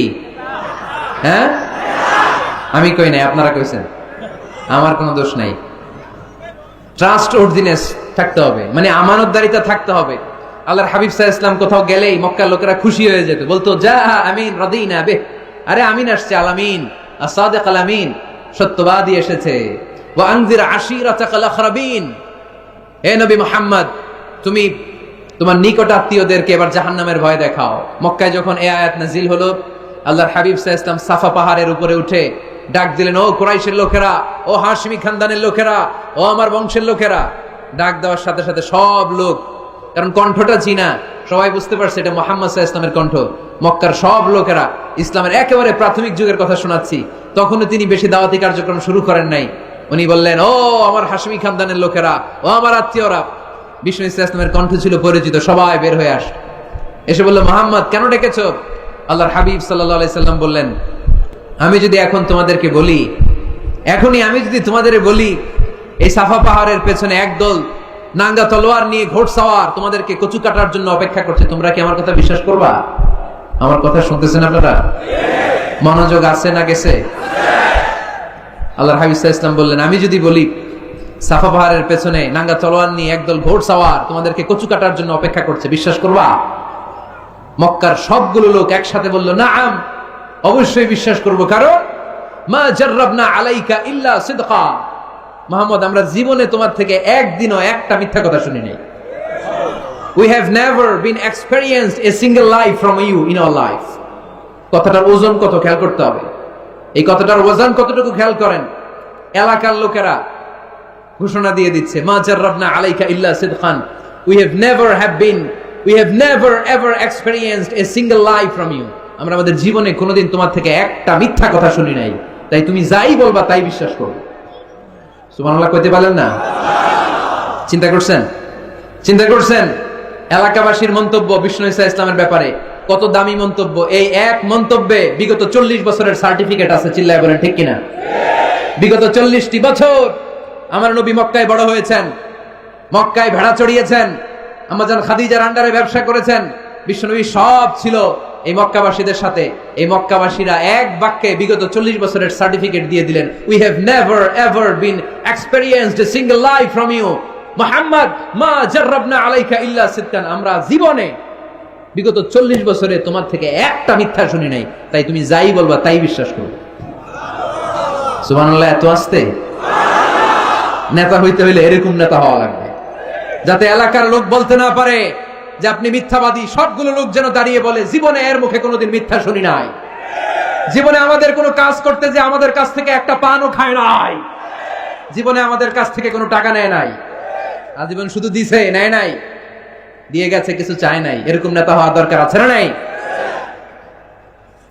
আল্লাহ রাসূল সাল্লাল্লাহু আলাইহি ওয়াসাল্লাম এতটাই আমানতদার ছিলেন, আম্মা জান খাদিজাতুল কুবরা রাদিয়াল্লাহু তাআলা আনহা শুধুমাত্র কেবলমাত্র বিশ্বনবীর আমানতদারিতায় মুগ্ধ হয়ে বিশ্বনবীকে বিয়ের প্রস্তাব দিয়েছে।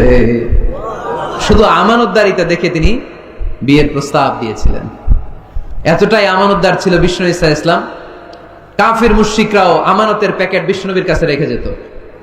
একজন এসে বলল, আমি তায়েফে যাব, এখানে 5000 দিরহাম মুহাম্মদ তোমার কাছে আমানত রেখে গেলাম। দল করে আবু জাহেলের। দল করে কার? কথা বুঝে নাই বোধহয়। দল করে কার? আমানত রাখতে আসে কার কাছে? আল্লাহর হাবিব যদি বলতেন দল করো আবু জাহেলের, আমার কাছে আমানত কেন, আবু জাহেলের কাছে রাখো, ওরা কয় না, দল করি পেছে পয়রা, আমানত আপনার কাছে রাখতে হবে। কারণ এই টাকার প্যাকেট যদি আবু জাহিল্লার কাছে রাখি, কয়দিন পরে আইসা দেখবো টাকাও নাই, প্যাকেটও নাই। ঠিক কিনা? কি বড় আমানতদার ছিলেন বিষ্ণু ইসলাম। আহা, আমানতের মাল দিয়ে বিষ্ণুনবীর ঘর বোঝাই করা ছিল।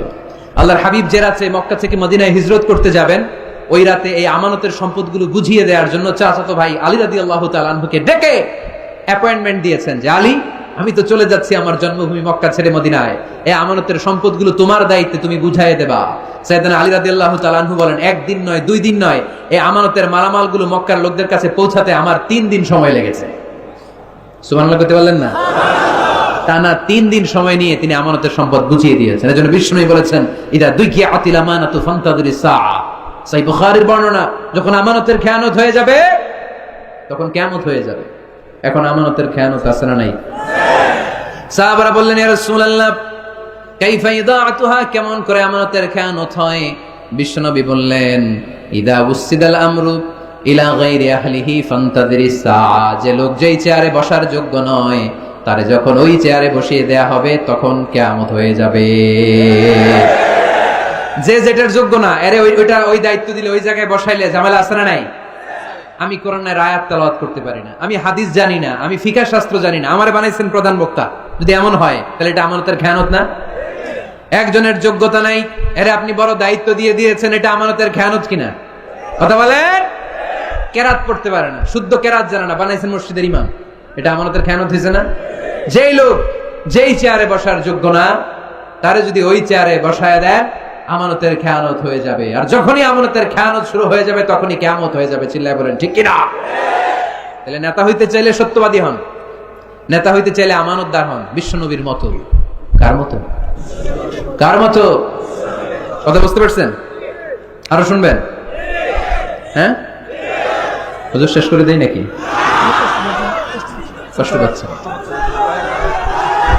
যেই পরিমাণে লোক, যেই পরিমাণে এখানে 8টা প্রজেক্ট করে, ওইখানে লক্ষ লক্ষ লোক, আপনারা সেফলি এক্সিট করতে 1 ঘন্টা লাগবে। থামেন থামেন।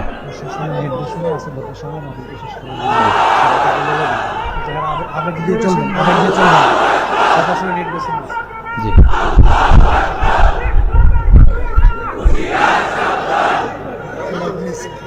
মাশাআল্লাহ, ঠিক আছে ঠিক আছে। আর বাকি 5টা পয়েন্ট আমি 5 মিনিটের মধ্যে বলে দিচ্ছি। মনোযোগ থাকতে হবে, খরগোশের কানের মতো কান খাড়া করে দিকে দিতে হবে, আওয়াজ করা যাবে না। নেতা হইতে হলে কর্মীর পালস বুঝা লাগে। 6 number point, you have to have good interaction with your follower. আপনার you have to have good interaction with your follower. নেতা যিনি, তিনি কর্মীদের সাথে ভালো ইন্টারাকশন থাকতে হবে। কর্মী কয় একটা, নেতা কয় আর একটা, আসলে নাই? কথা বলেন না। You have to revise your followers' suggestion in decision making process. গুরুত্বপূর্ণ বিষয়ে সিদ্ধান্ত নিতে হলে নেতার উচিত কর্মীদের পালসকে রিভাইজ করা। কর্মী কি সাজেশন দিয়েছে দেখার দরকার আছে না নাই? এজন্য আল্লাহ বলেন, ওয়াশাবিরহুম ফিল আমরি ফাইদা আযামতা ফাতাওয়াক্কাল আলাল্লাহ। গুরুত্বপূর্ণ কোন বিষয়ে যখন সিদ্ধান্ত নিবা তখন সবার সাথে পরামর্শ করে নিও। যখন সিদ্ধান্ত নিয়ে ফেলবা তখন তাওয়াক্কুল করবা কার উপর? বদরের ময়দানে আল্লাহর হাবিব সাল্লাল্লাহু আলাইহি ওয়াসাল্লাম বললেন, এখানে তাবু গাড়ো। কোন জায়গায়? এখানে হাব্বাব ইবনে মুনজির রাদিয়াল্লাহু তাআলা আনহু বলেন, ইয়া রাসূলুল্লাহ আমানজিলান আনজালাহুল্লাহ লাইসা লানা আন নাতাকদ্দামাহু আও নাতাআখারা। ইয়া রাসূলুল্লাহ, আপনি যে তাবু গাড়তে বললেন, এটা কি আল্লাহর পক্ষ থেকে নির্দেশ না আপনার নিজের ইচ্ছা মতো?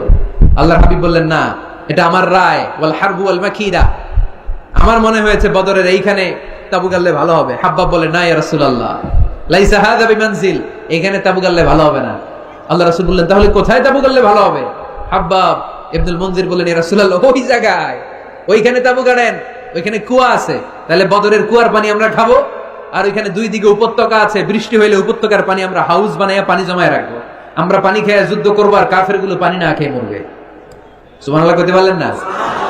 বিষ্ণু বললেন, আরে তাই তো, তাই তো, হাব্বাব যা বলেছে এটাই তো ঠিক, ওইখানে তাবু গাড়তে হবে, এইখানে নয়। আওয়াজ করে কোন আল্লাহু আকবার।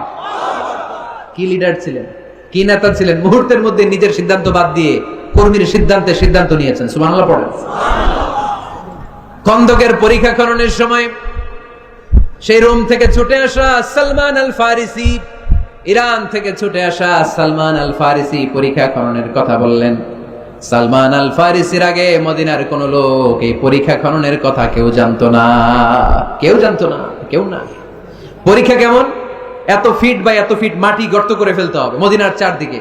আল্লাহর হাবিব বললেন, এতে কি লাভ? সালমান আল ফারিসি বলেন, ইয়া রাসূলুল্লাহ, আমরা চারদিকে যদি এত ফিট বা এত ফিট গর্ত করে রাখি, তাহলে কাফেররা আসতে পারবে না, ওই জায়গায় দাঁড়ায় থাকবে। আসতে চাইলে আগে পরীক্ষায় নামতে হবে, এরপরে আসবে। আর পরীক্ষায় নামলেই আমরা তীর মেরে ওদেরকে কাবু করে ফেলবো। সুবহানাল্লাহ পড়েন। আল্লাহ রাসূল সাল্লাল্লাহু আলাইহি ওয়াসাল্লাম বললেন, সালমানু মিন্না, সালমানু মিন্না মিন আহলি বাইত, সালমান আমাদের অন্তর্ভুক্ত। শাবাশ সালমান, শাবাশ সালমান, ব্রেভো সালমান। আওয়াজ করে পড়েন আল্লাহু আকবার। মুহূর্তের মধ্যে নিজের সিদ্ধান্ত বিষ্ণু ইসলাম বাদ দিয়ে সাইয়েদনা সালমান রাদিয়াল্লাহু তাআলা আনহু যে সিদ্ধান্ত দিয়েছেন, যে পরামর্শ দিয়েছেন, ওই পরামর্শ নিয়েছেন। তার মানে নেতা যদি হতে হয়, a true leader, a charismatic leader যদি আপনি হতে চান, আপনার কর্মীদের পরামর্শের গুরুত্ব আপনার কাছে থাকার দরকার আছে না নাই? নেতা হওয়ার 7 নাম্বার গুণ হচ্ছে আপনাকে কনফ্লিক্ট রিজলভিং অ্যাবিলিটি থাকতে হবে, বিরোধ নিষ্পত্তি করার মতো ক্ষমতা থাকতে হবে, আপনার কূটনৈতিক চাল চালার মতো ক্ষমতা থাকার দরকার আছে না নাই? আল্লাহর হাবিব সাল্লাল্লাহু আলাইহি ওয়াসাল্লামকে কূটনৈতিক জ্ঞান দিয়ে আল্লাহ তাআলা এমন প্রজ্ঞাবান করেছেন, গোটা বিশ্বের সব কূটনীতি এক পাল্লায়, আমার বিশ্বনবীর কূটনীতি যদি আরেক পাল্লায় রাখা হয়, বিশ্বনবীর কূটনীতি আর প্রজ্ঞার ওজন ভারী হয়ে যাবে। হি ওয়াজ এ ভেরি গুড মিডিয়েটর। আল্লাহ রাসূল সাল্লাল্লাহু আলাইহি ওয়াসাল্লাম খুব ভালো মধ্যস্থতা করতে পারতেন। সুবহানাল্লাহ কইবেন না? মিলাই দিতে পারতেন। কি করতে পারতেন? কাবা ঘরের 4টা কর্নার, একটা কর্নারের মধ্যে হাজারে আসওয়াদের পাথর রাখা হয়, এটাকে বলা হয় আর রুকনুল হাজারিল আসওয়াদ। এই হাজারে আসওয়াদের পাথরটা এটা জান্নাতি পাথর। কিয়ামতের দিন আল্লাহ এই পাথরে 2টা চোখ দিবে, একটা জিহ্বা দিবে, এই পাথর কথা বলবে। এই পাথর বলবে, আল্লাহ, এই লোকটা আমার গায়ে চুমু দিয়েছিল, তারে তুমি জান্নাতে ঢুকায় দাও। এই হাজারে আসওয়াদের পাথরটা কাবা নির্মাণের সময় কে পাথরটাকে তুলে কাবা ঘরের ভেতরে রাখবে, এই নিয়ে মক্কার নেতাদের মধ্যে কিলাকিলি। নেতাদের মধ্যে কি কিলাকিলি? কারণ এটা অনেক সম্মানের ব্যাপার। সব নেতারা ঘোষণা দিল, কাউকে আমরা এই সম্মান দিতে চাই না, কাউকে। একটা মেয়ে হিন্দু মেয়ে মুসলমান হবে অনেক আগে থেকে। আপনার হাতে না, আপনার হাতে।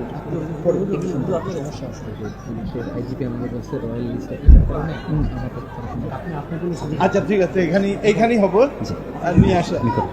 জি ইনশাআল্লাহ। এজন্য হাজরে আসওয়াদের পাথরটা অনেক সম্মানের পাথর। হুজুরা 5 মিনিটের মধ্যে শেষ করব। 5 মিনিট। জি। হাজরে আসওয়াদের পাথরের কথা দিয়ে শেষ করে দেব ইনশাআল্লাহ। বসেন। হাজরে আসওয়াদের পাথরটা কাবা নির্মাণ শেষে কে নিয়ে কাবা ঘরের মধ্যে রাখবে, এ নিয়ে তর্ক, এ নিয়ে ঝগড়া বিবাদ, এ নিয়ে মারামারি। প্রতিটা গোত্রের লোকেরা বলতে শুরু করলো, আমরা রাখবো, কারণ এটা অনেক সম্মানের। এই আপনারা উঠছেন কেন এদিকে? উঠলেন কেন? আমি কি আপনাদের মেহমান না? তো উঠলেন কেন? এটা কি? বসেন, এদিকে তাকান। হাজরে আসওয়াদের পাথর কে কাবা ঘরের ওই কর্নারে রাখবে, এই নিয়ে মারামারি। 4 মহান নেতা বলল, আমরা রাখবো। প্রত্যেক নেতা বলে, এই সম্মান আমরা কাউরে দিব না, রক্তের বন্যা বয়ে যাবে মক্কায়, কিন্তু ওই সম্মান কাউরে দিব না। এই দলের নেতা বলে, আমি রাখবো। ওই দলের নেতা বলে, আমার নিজ হাতে উঠি আমি রাখবো। ওই দলের নেতা বলে, না, আমি রাখবো, অন্য কাউরে এই সম্মান দিব না। কিলাকিলি আছে না নাই? কেউ সমাধানে বসতে পারে না। সর্বশেষে এক মুরব্বী সমাধান দিয়েছে, আগামীকাল এই মসজিদুল হারামের এই দরজা দিয়ে সর্বপ্রথম যে ঢুকবে সে সমাধান দিবে। সবাই রাজি হয়ে গেল। এরপরের দিন দেখা গেল ওই রাস্তা দিয়ে, ওই দরজা দিয়ে সর্বপ্রথম বিশ্বনবী প্রবেশ করেছে। বিশ্বনবীকে দেখে সবাই অবাক, সবাই বলে জামিনুন রাদিনা বিহ, আরে আলামিন আসছে, আলামিন আসছে, আমরা সবাই খুশি। বিষ্ণু ঈসা ইসলামের কাছে পুরো ঘটনা খুলে বলা হলো। বিষ্ণু ঈসা ইসলাম দেখেন কিভাবে কূটনৈতিক ওনার জ্ঞান, কনফ্লিক্ট রিজলভিং অ্যাবিলিটি, বিরোধ নিষ্পত্তি কিভাবে তিনি করতেন, কিভাবে তিনি হি ওয়াজ এ ভেরি গুড মিডিয়েটর, মধ্যস্থতাকারী কেমন ভাবে তিনি করতেন। তিনি বললেন এটা তো কোনো ব্যাপারই না, হালুম্মা ইলাইয়া সাওবান, একটা কাপড় নিয়ে আসো। কি নিয়ে আসো? কাপড় নিয়ে আসো। কাপড় নিয়ে আসা হলো। আল্লাহর হাবিব সাল্লাল্লাহু আলাইহি ওয়াসাল্লাম বললেন চার নেতা কাপড়ের চার কর্নারে ধরো। চার নেতা এবার কাপড়ের চার কর্নারে ধরলো। বিষ্ণু ঈসা ইসলাম নিজ হাতে হাজরে আসওয়াদের পাথরটা তুলে কাপড়ের মধ্যে রাখলেন। পড়েন সুবহানাল্লাহ। এবার আল্লাহর হাবিব বললেন আমি আগে আগে যাই, আমার পিছনে পিছনে চলো। আল্লাহর হাবিবকে ফলো করে চার মহান নেতা কাপড়ের কর্নার ধরে ধরে হাজরে আসওয়াদ পাথরটাকে বহন করে কাবা পর্যন্ত নিয়ে গেলেন। কাবার ওই কর্নারে যখন পাথর নিয়ে দাঁড়ানো হলো, আল্লাহর হাবিব ওই কাপড়ের মাঝখান থেকে নিজ হাতে হাজরে আসওয়াদের পাথরটা ধরে রুকনে হাজারুল আসওয়াদের মধ্যে রেখে দিলে। এতক্ষণ কাউরে ধরতে দিবে না। এতক্ষণ নেতাদের ঘোষণা ছিল কি কাউরে ধরতে দেব না, এখন কেউ ধরতে পারে নাই। আসল সম্মান বিষ্ণুনবীর দিকে গিয়েছে। চিল্লায় বলেন ঠিক কিনা? এভাবে তিনি কনফ্লিক্ট রিজলভ করতেন। সহিহ বুখারীতে একটা কিতাব আছে, কিতাবুস সুলহ, সন্ধির অধ্যায়, বাবু কওলিল ইমাম লি আসহাবিহি ইযহাবু বিনা নুসলিহ বাইনাহুম। আল্লাহর হাবিব সাল্লাল্লাহু আলাইহি ওয়াসাল্লামের একটা বিখ্যাত ডায়ালগ ছিল, কোথাও মারামারি দেখলেই আল্লাহর হাবিব সাল্লাল্লাহু আলাইহি ওয়াসাল্লাম বলতেন আরে আমারে নিয়ে চল, আমি মিলায়ে দিব। সুবহানাল্লাহ করবেন না? আমরা কি মিলায়ে দেই না লাগায়ে দেই? হ্যাঁ? আচ্ছা, নরসিংদীর কোথাও যদি আগুন ধরে যায় আপনারা কি দিয়ে আগুন নেবেন? আওয়াজ করে বলতে হবে, কি দিয়ে নেবেন? পানি দিয়ে নেবেন। কিন্তু অনেকে ওই জায়গায় পানির বদলে তেল ঢালে। কি ঢালে? তেল ঢালে। আল্লাহর হাবিব সাল্লাল্লাহু আলাইহি ওয়াসাল্লাম বললেন আলা উখবিরুকুম বিআফদালি দারাজাতিন মিনাস সিয়ামি ওয়াস সাদাকাতি ওয়ান নুসুক, নামাজ রোজা হজ যাকাতের চেয়ে বড় একটা সওয়াবের কাজ আছে, ওটা কি আমি তোমাদের বলবো না? সাহাবারা বললেন অবশ্যই বলবেন। ওই সওয়াবের কাজটা কি গো নবী? আল্লাহর হাবিব সাল্লাল্লাহু আলাইহি ওয়াসাল্লাম বললেন ইসলাহু যাতিল বাইন, দুইজনের মধ্যে ঝগড়া আছে, তুমি ঝগড়া না লাগিয়ে দিয়ে ওই দুজনকে মিলিয়ে দিবা। সুবহানাল্লাহ পড়তে পারলেন না? মিলিয়ে দিতে রাজি আছেন তো? আল্লাহর হাবিব সাল্লাল্লাহু আলাইহি ওয়াসাল্লাম মদিনাতে যাওয়ার আগে আউস আর খাজরাজ গোত্রের মধ্যে 120 বছরের ঝগড়া। কয় বছরের? আওয়াজ করে বলেন কয় বছরের? কেউই থামাইতে পারে না। থামাবে কেমনে? দাদা মরার আগে ছেলেরা ওসিয়ত করছে, বাবা ওসিয়ত করে গেলাম আমার রক্তের প্রতিশোধ নিবি। বাবা মরার আগে বলে যায় আমারে কোপাইছিল তোরাও কোপাবি, খালি কোপাকুপি চলবে। এই যুদ্ধ কেউ থামাতে পারে না। আল্লাহর হাবিব সাল্লাল্লাহু আলাইহি ওয়াসাল্লাম মদিনাতে এসে এক সপ্তাহের ব্যবধানে 120 বছরের যুদ্ধ থামায় দিলেন। আওয়াজ করে বলেন আল্লাহু আকবার। এজন্য নেতা হতে হলে you have to be very good mediator, মধ্যস্থতাকারী হতে হবে। এজন্য কিয়ামতের দিন নেতাও দাঁড়াবে, কর্মীও দাঁড়াবে। এজন্য নেতা নির্ধারণের সময় আমাদের সচেতন থাকার দরকার আছে না নাই? এই যে লিডারশিপ কোয়ালিটির কথা আমরা শুনলাম, নেতৃত্বের যে গুণাবলী, এগুলো অর্জন করার দরকার আছে না নাই? এগুলো দেখে দেখে আমরা নেতা নির্বাচন করব। এই নেতৃত্বের গুণাবলীগুলো, লিডারশিপ কোয়ালিটিস গুলো আমরা আমলে নিয়ে এই নেতৃত্ব শূন্যচার এই সময়ে, মুসলিম বিশ্বের এই সময়ে আমরা যেন আবার আগের সেই নেতৃত্ব ফিরে পেতে পারি। বিশ্বনবী সাল্লাল্লাহু আলাইহি ওয়াসাল্লাম নেতা হওয়ার জন্য যে কোয়ালিটি বেঁধে দিয়েছেন, ওই কোয়ালিটিগুলো দেখে দেখে নেতা নির্বাচন করে আমরা যেন এই সংকট থেকে উত্তরণ পেতে পারি। আল্লাহ আমাদের সবাইকে কথাগুলো বুঝার ও আমল করার তৌফিক